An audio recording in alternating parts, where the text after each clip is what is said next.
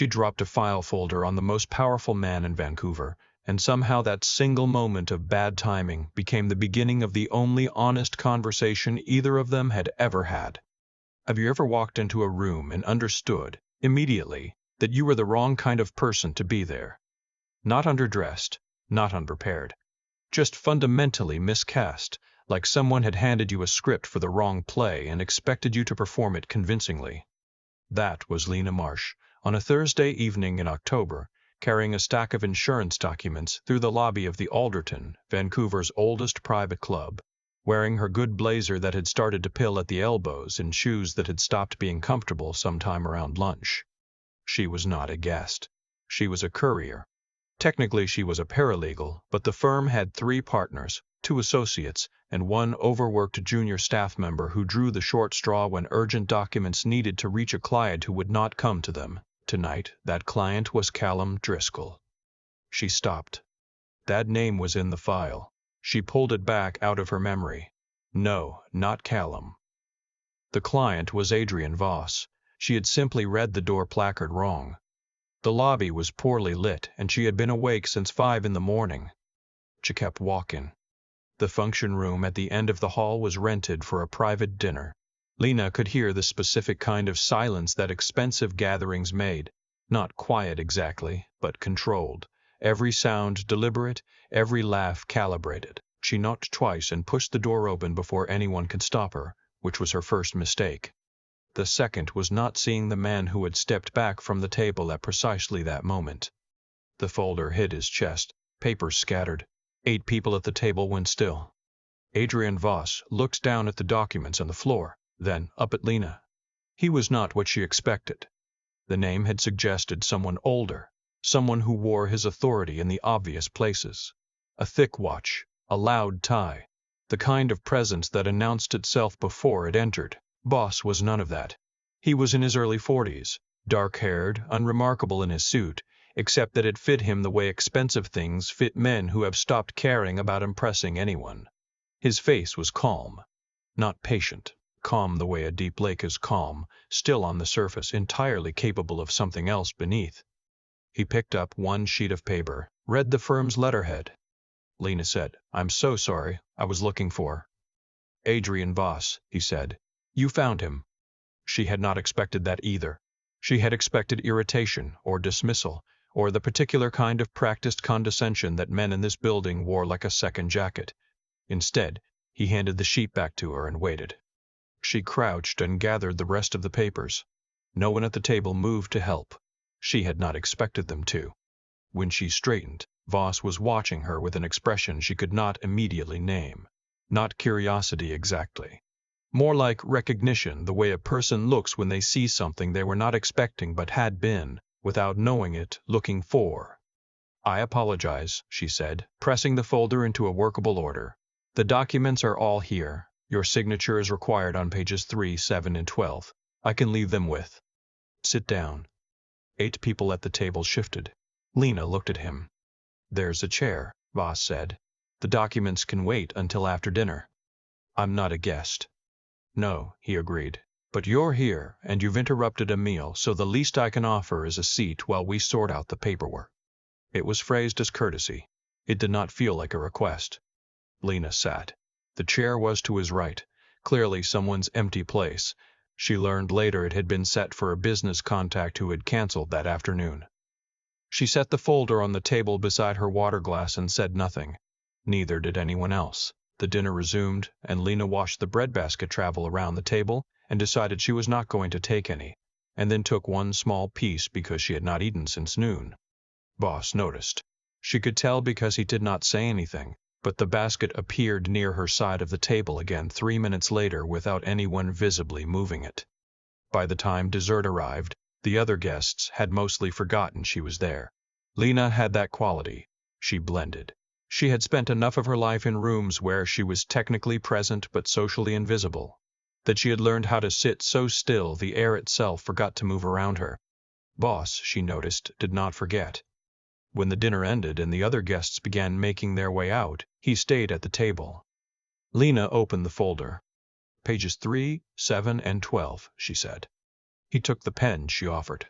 signed without reading, which told her either he had already reviewed the documents or he trusted the firm implicitly. She suspected the former. He did not seem like a man who trusted implicitly. "How long have you been with Hargrove and Associates?" he asked. 4 years. "Do they always send their junior staff to deliver documents at 8 in the evening?" "Only when the client is unavailable during business hours." Something moved at the corner of his mouth, not quite a smile. Lena took the folder back, checked the signatures, and stood. "Thank you. I'll see myself out. Lena Marsh." She stopped. He had read the firm's contact sheet inside the folder. Of course he had. Mr. Voss. "You didn't eat enough." She turned. He was still at the table, jacket on, hands folded, looking at her like she was a number that didn't quite balance. "I'm sorry. The bread doesn't count as dinner." "I'm fine." "I know," he said. "That's not what I said." She did not have an answer for that, so she left. On the elevator down, Lena stood with a folder pressed to her chest and her reflection staring back at her from the polished doors. The firm's paralegal.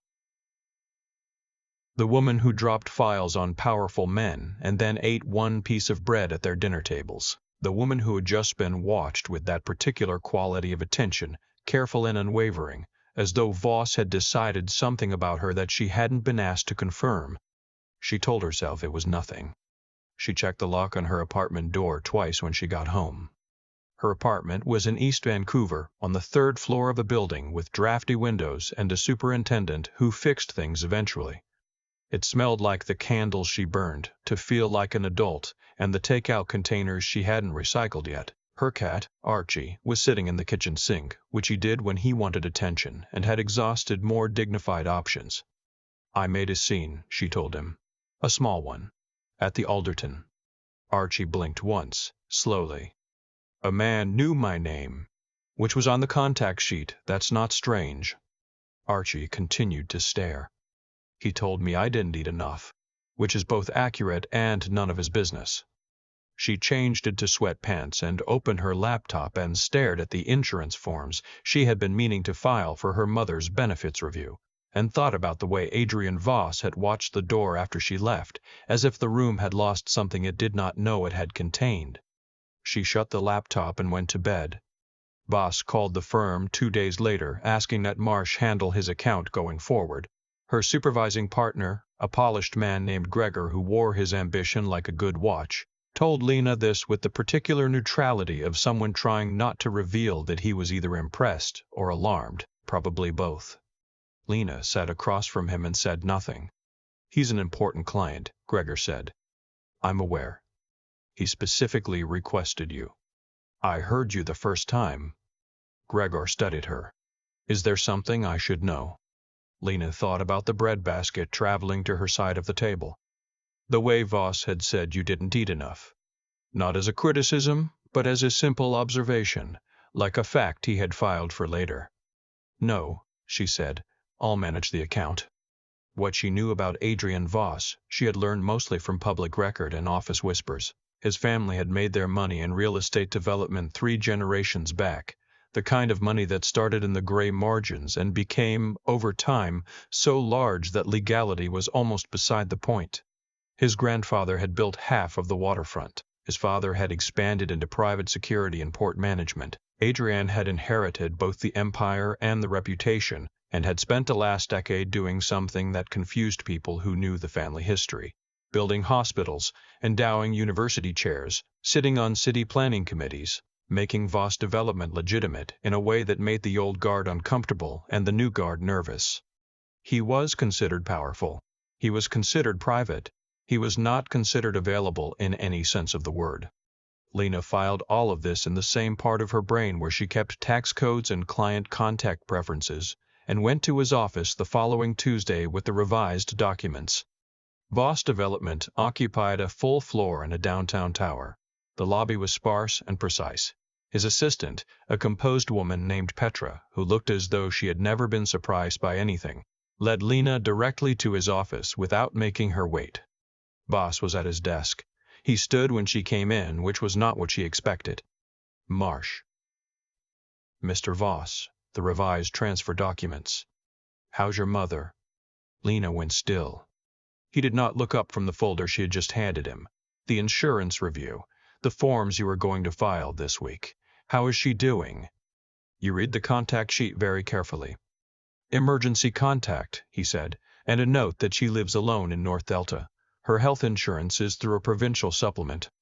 Lena set down her bag. That is a significant amount of information to retain from a courier's intake form.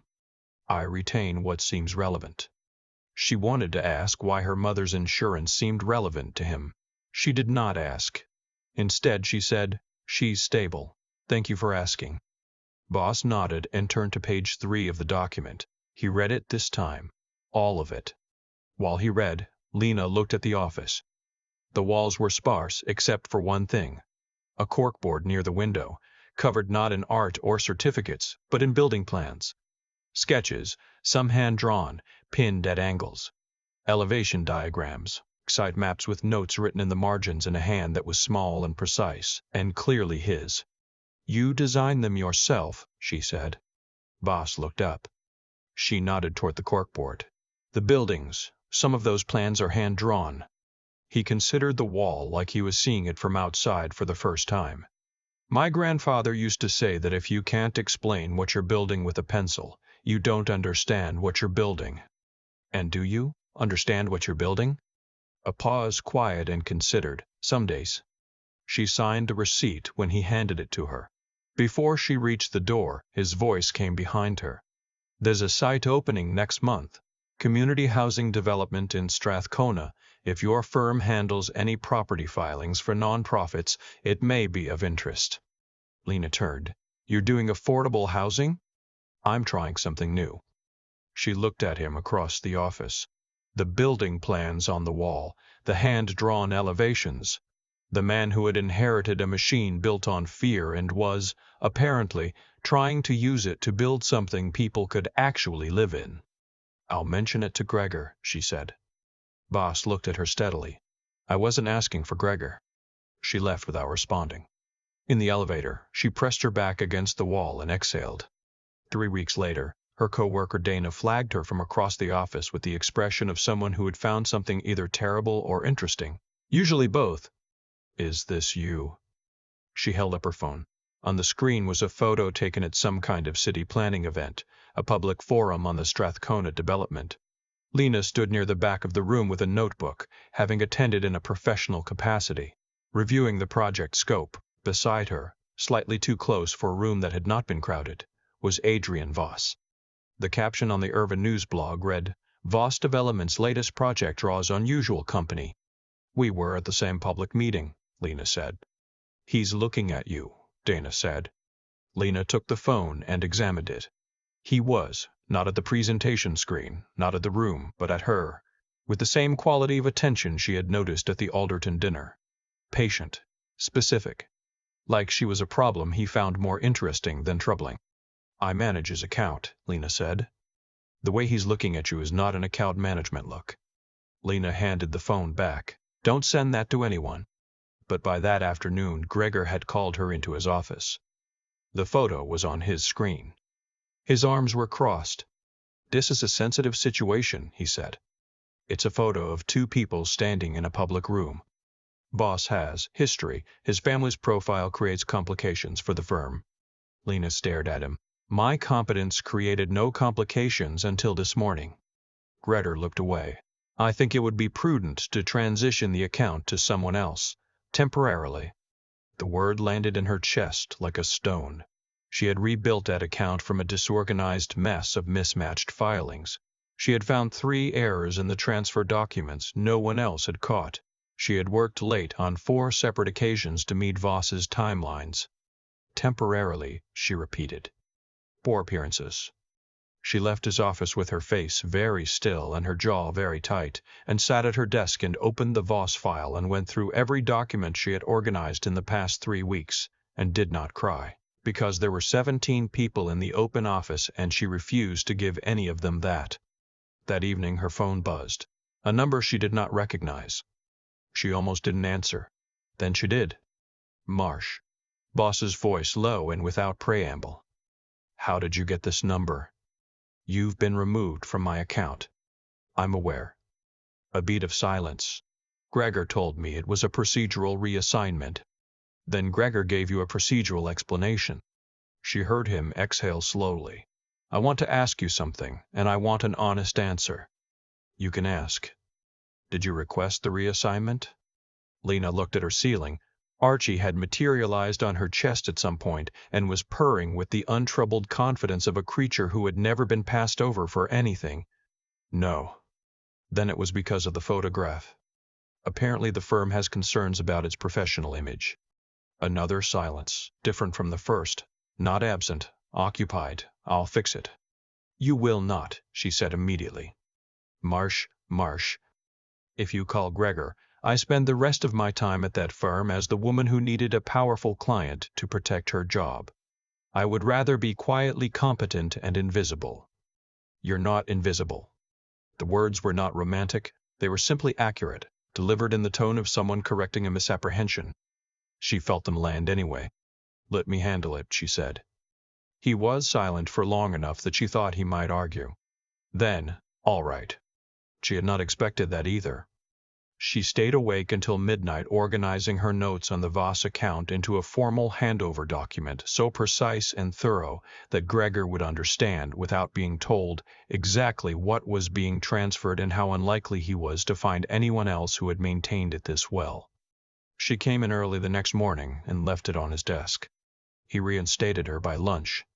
Dana rolled her chair over. What did you do? My job, Lena said, very documentably.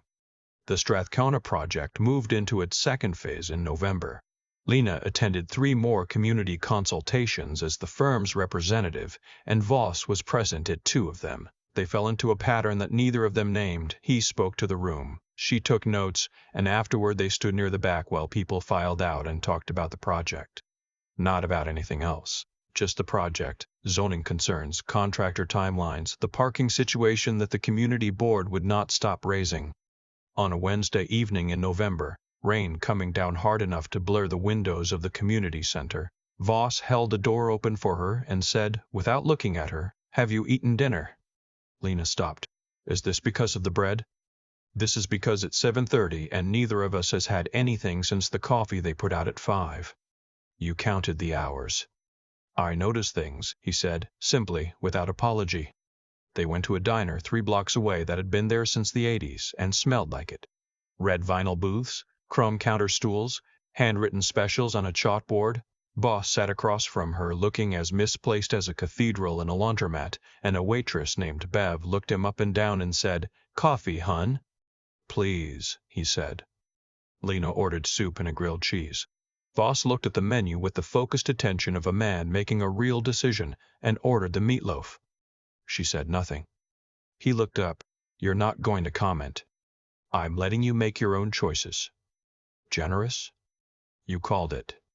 Bev brought the coffee and a basket of biscuits and winked at Lena in a way that Lena filed away and decided not to examine. The rain hit the windows. Voss wrapped both hands around his mug. People are afraid of you, Lena said. He did not look surprised. Yes. And you don't try to correct it. Correcting a reputation takes longer than building one. I'm working on it. She watched him. The hospitals, the housing project. Among other things. Your father's reputation, she said carefully. Voss looked toward the window. Rain ran down the glass in threads. My father believed that the best way to ensure loyalty was to make disloyalty expensive. He was not wrong about the mechanics. He was wrong about the cost. What did it cost? A long pause. The diner clattered around them, dishes, conversation, the kitchen's hiss. Everything he built became something people were glad was gone. Lena did not know what to do with that, so she gave him the truth she usually kept for herself. I grew up watching my mother hold a family together with less than she should have had to manage alone. She worked 2 jobs for 11 years. She made it look like a choice. Voss was quiet. She taught me that invisible work is still work, Lena said, and that people who don't see it aren't always cruel. Sometimes they're just not paying attention. And the people who are paying attention? Lena looked at him across the booth. They tend to be the most interesting ones. Something shifted in his expression, not dramatically. A door opened a few inches and then held there. They sat in the diner for 2 hours.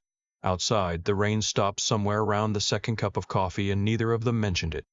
When Voss walked her to the SkyTrain, he did not offer his coat. He simply slowed his pace to match hers, and when they reached the entrance, he said, "I'd like to see you again." Lena pulled her jacket tighter. "That might be complicated." "Probably. You admit that readily. I've found that denying the obvious wastes time I don't have." She considered him under the station lights, rain-damp, contained, watching her with that quality of attention that had started this whole thing, as if she were the specific answer to a question he had been carrying too long. "The Strathcona Review's in 3 weeks," she said. "That's not what I meant." "I know. I'm deciding." A low exhale. "Then decide." She went down the stairs without looking back. On the train, she pressed her forehead against the window and watched East Vancouver roll past in the dark, and tried to be practical and failed almost immediately. The trouble started the following week. Not with Voss, and not from the direction she had been watching. An envelope arrived at the firm addressed to Gregor, but regarding the Voss account. Inside were printed documents, copies of old Voss Development contracts from a decade ago, before Adrian had taken over, the kind of contracts that, taken out of context, looked like evidence of money movement through construction subcontractors. The kind that a journalist, or a regulator, or a rival, could turn into a headline with the right framing. Gregor summoned Lena. The documents were on his desk. "These came from an anonymous source," he said. Lena looked at them. "Read the dates. Read the vendor names." Felt something shift behind her sternum. Not fear yet, but its precursor. Pattern recognition. "Who sent these?" "Anonymous, but directed to a firm that currently manages the Voss account." She picked up the top sheet. "Gregor, these are from before Adrian Voss took the company over. They're still Voss documents. They're 10 years old, and look at the amounts." She laid them out across his desk. Gregor watched with the expression of a man who wanted someone else to be having this conversation. Lena pointed. $8,700, $9,200, $9,600, $8,400, every payment under $10,000. She looked up. "Someone structured these, but Adrian wasn't running the company then. His father was. And someone is sending them here now to a firm with access to Adrian's current filings." Gregor's face changed. "Someone wants to build a connection," Lena said, "between the old company and the new one, and they want to do it through us." That night she did not sleep. She opened her laptop and pulled up every Voss Development filing she had touched in the past month. Not because she suspected anything, she had handled those documents herself. She knew they were clean, but because the pattern in those old contracts was familiar. The spacing of the amounts, the vendor rotation. She cross-referenced the vendor names against public registry records, then against business registration archives. 3 hours in, past midnight, her cold coffee forgotten at her elbow, she found it. One vendor from the old contracts, a company called Brentfield Site Services, had a registered agent whose name appeared in 2 recent documents. Not Voss documents, documents filed by a development company called Regent Pacific, which had been opposing the Strathcona project at every community meeting. Lena sat very still. Regent Pacific's principal investor was a man named Harwick.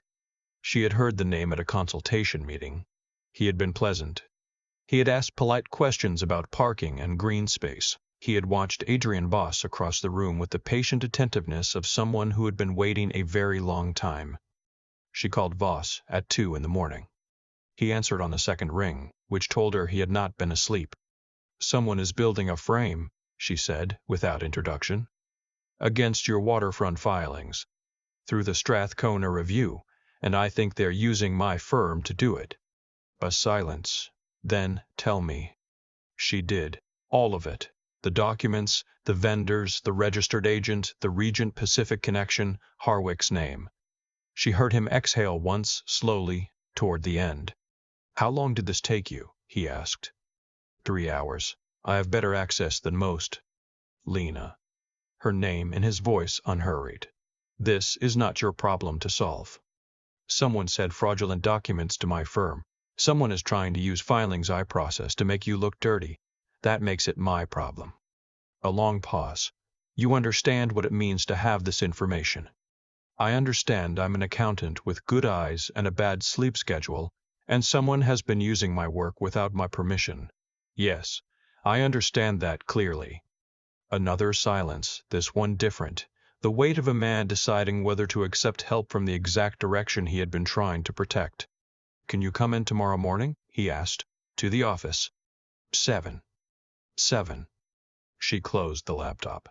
Archie appeared from under the couch and climbed into her lap, which he did when the apartment had been too quiet for too long. I know, she said. I know. She arrived at Voss Development at 7 sharp, carrying a printed summary of everything she had found, organized in the way that made sense to her, chronologically by vendor, cross-referenced by registration date, with the connecting agent circled in red on the last page. The lobby was already occupied. 2 men in suits she didn't know. A lawyer she recognized from an industry function. Voss's assistant Petra, who showed no surprise at Lena's arrival, which meant she had been expected. Voss met her outside the conference room. He looked at her face. You didn't sleep.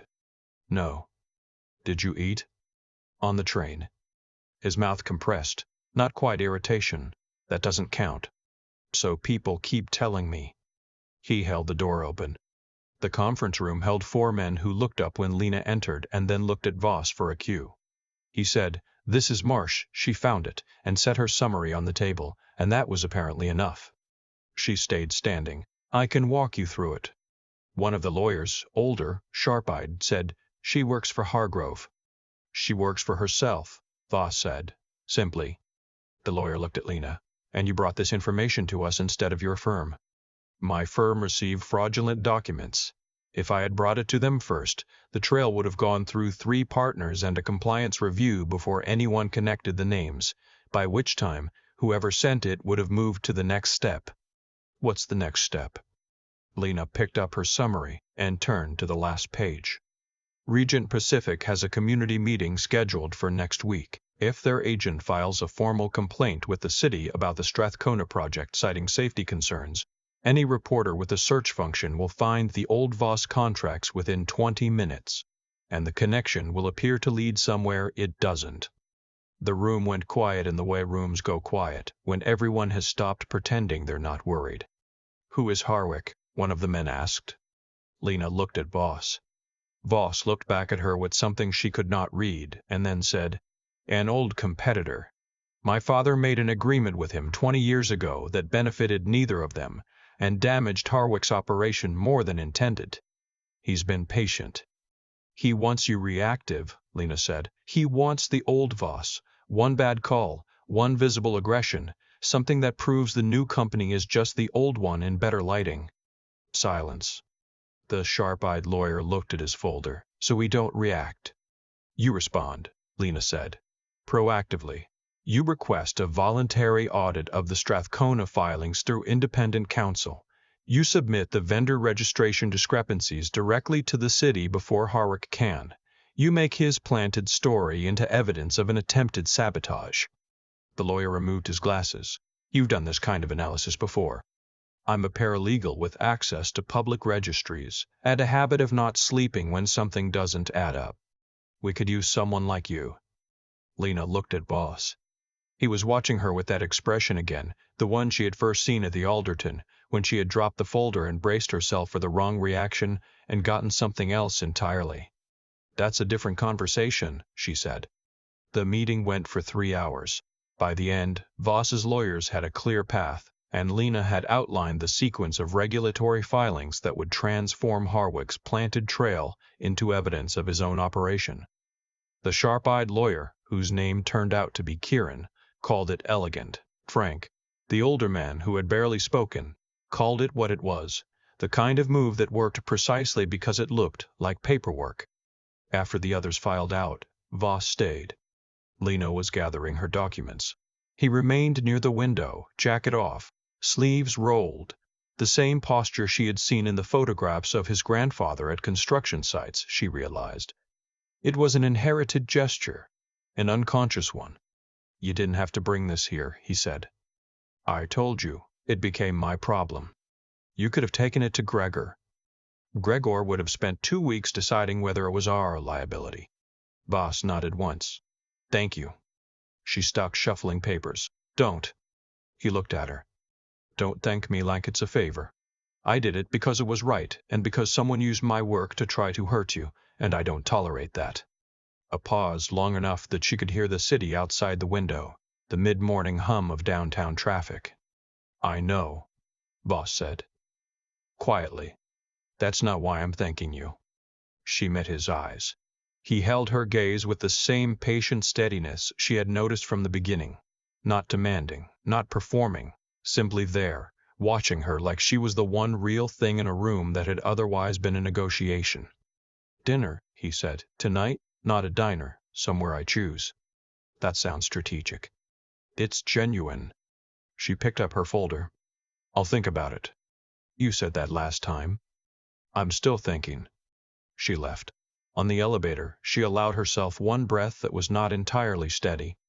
She went back to the firm, filed her notes. Did not tell Gregor about the vendor connections. That information would travel through official channels, the right way on Kieran's timeline. She spent the afternoon on 3 unrelated files and noticed that her hands had stopped shaking somewhere around noon. At 4:30, her phone buzzed. Voss. The diner on Clark Street has a new soup on Thursdays, Bev told me. She stared at the message for a long moment. Did you call the diner specifically to find that out? She wrote back. I remembered you ordered soup. She looked at that sentence until her screen dimmed. 7, she typed. I'll meet you there. The audit came through 2 weeks later. Clean and demonstrably clean, which was different. Documented by 3 independent reviewers who had found nothing irregular in the current Voss Development filings and had noted, in the official record, the anomalous vendor patterns in the historical documents that the company had proactively disclosed. Regent Pacific's community complaint was filed the same week and went nowhere.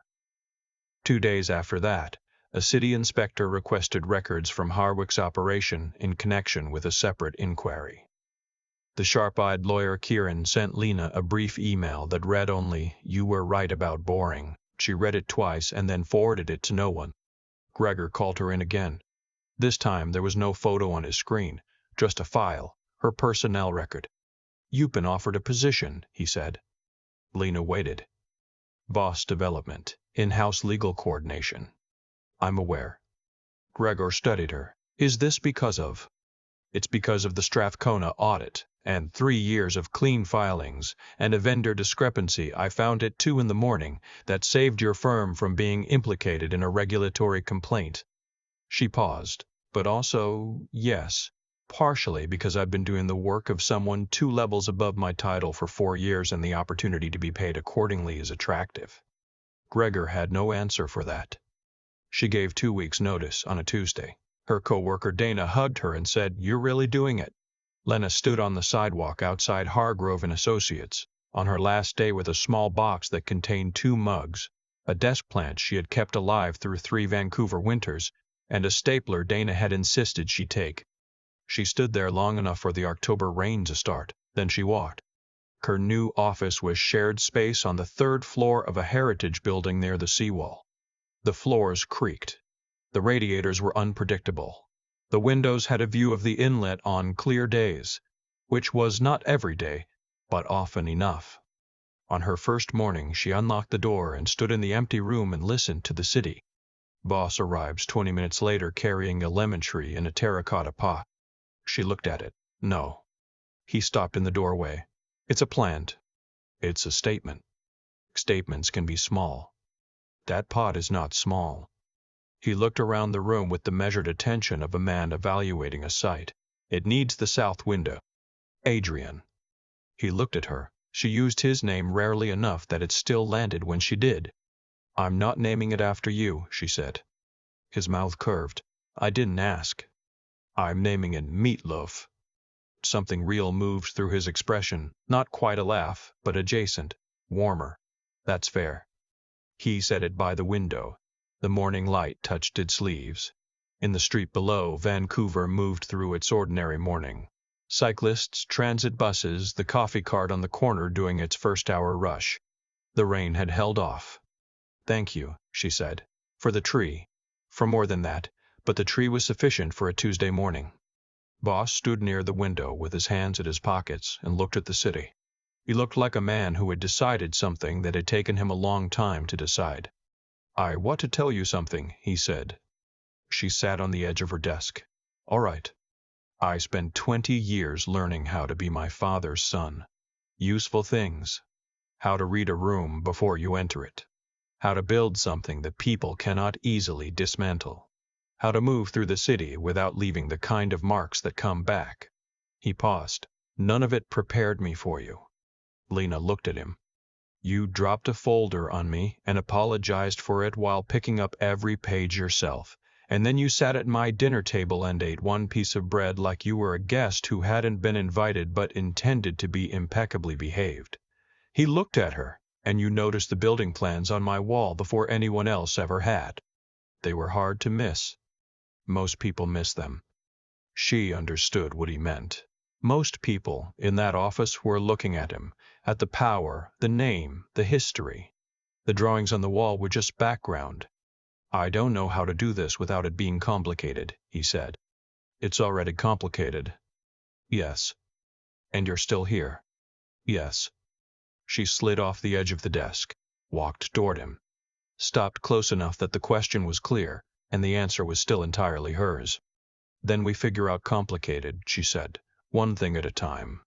Voss looked at her with those steady, dark eyes, and for the first time she could see everything beneath the surface. Not calm, not composed, but careful. A man who had learned to be afraid of what he cared about, trying, one deliberate day at a time, to learn something else. He reached for her hand, not taking, offering. She took it. Outside the window, the city was doing what Vancouver always did in October, going about its difficult, beautiful, ordinary life in the rain. And in a creaking office above the seawall, Lena Marsh held the hand of a man who had built half the waterfront and was, for the first time, trying to build something that required him to be genuinely, uncomplicatedly present. The lemon tree stood in the south window. The rain held off. The numbers, when she checked them later, balanced. "I keep thinking about the breadbasket. Not the dramatic parts. Not the 2 a.m. discovery. Not the conference room full of men who hadn't expected her. Not the lemon tree arriving at her door. Just that small, quiet moment when Lena took one piece of bread at a dinner she hadn't been invited to. And someone noticed without saying a word, and the basket found its way back to her side of the table. That's how I know what kind of story this actually is. We're conditioned to watch for the loud signals, the confrontation, the moment someone stands up in a room and demands to be seen. And those moments matter. Lena had hers, walking into Mercer Holdings with a printed summary and flat shoes and 4 years of being underestimated. But what stayed with me was everything that happened before that. The way she kept doing the work, even when the work wasn't being acknowledged. The way she filed the handover document at midnight, not to make a point, but because it was the right thing to do, and she was the kind of person who did right things even when no one was looking. That's the part I think about most, the integrity that operates in private. It's easy to be principled when people are watching. It costs nothing to do good work when good work is rewarded. But Lena managed the Voss account carefully long before Voss ever asked for her specifically. She found the vendor discrepancy at 2 a.m, not because someone would praise her for it, but because something didn't add up and she couldn't leave it alone. She brought the information to the right people not because it benefited her. Honestly, it complicated her life considerably, but because using someone's work to build a frame against them is wrong, and she understood that clearly, and acted accordingly. That's what I mean when I think about character, not the grand gesture. The consistent, unglamorous decision to be honest when dishonesty would be quieter. And then there's what she did with her own intelligence. The way she didn't just find the problem but understood the whole shape of it. The vendor names, the registration dates, the connecting agent, the sequence of events that Harwick was building toward. She saw it because she had been paying careful attention for months to things most people treated as background. She knew those files. She had made them make sense. And when something came along that didn't fit, she trusted what she knew. I think about how often people are told, quietly or directly, that their version of knowing doesn't count, that the right rooms require the right credentials, that sharp eyes and 4 years of unglamorous competence aren't the same as the official designation. Lena never accepted that framing, even when her firm did. She left when leaving was the honest choice. She built something with her own name on the door, and it didn't come easy. She didn't walk out of the Alderton dinner and into a better life. She got reassigned. She got photographed. She had sleepless nights and cold coffee and a cat sitting on her chest reminding her to breathe. The path forward was built one careful decision at a time, and there were plenty of moments where the easier choice was available, and she declined it anyway. That kind of persistence isn't loudness. It's just continuing, steadily, to do the thing you know is right, even when the room hasn't caught up yet. Adrian was watching her from the beginning, I think, because he recognized something he had been trying to build in himself. A way of being that didn't require anyone to be afraid, and she gave him the most useful thing anyone can give another person. She held the standard, without making it a performance. She told him the truth. She let him be accountable. She didn't need him to be fixed. She needed him to be honest. The numbers balanced because she made them balance. That's not luck. That's what it looks like when someone does their work with enough care and enough conviction that reality eventually catches up.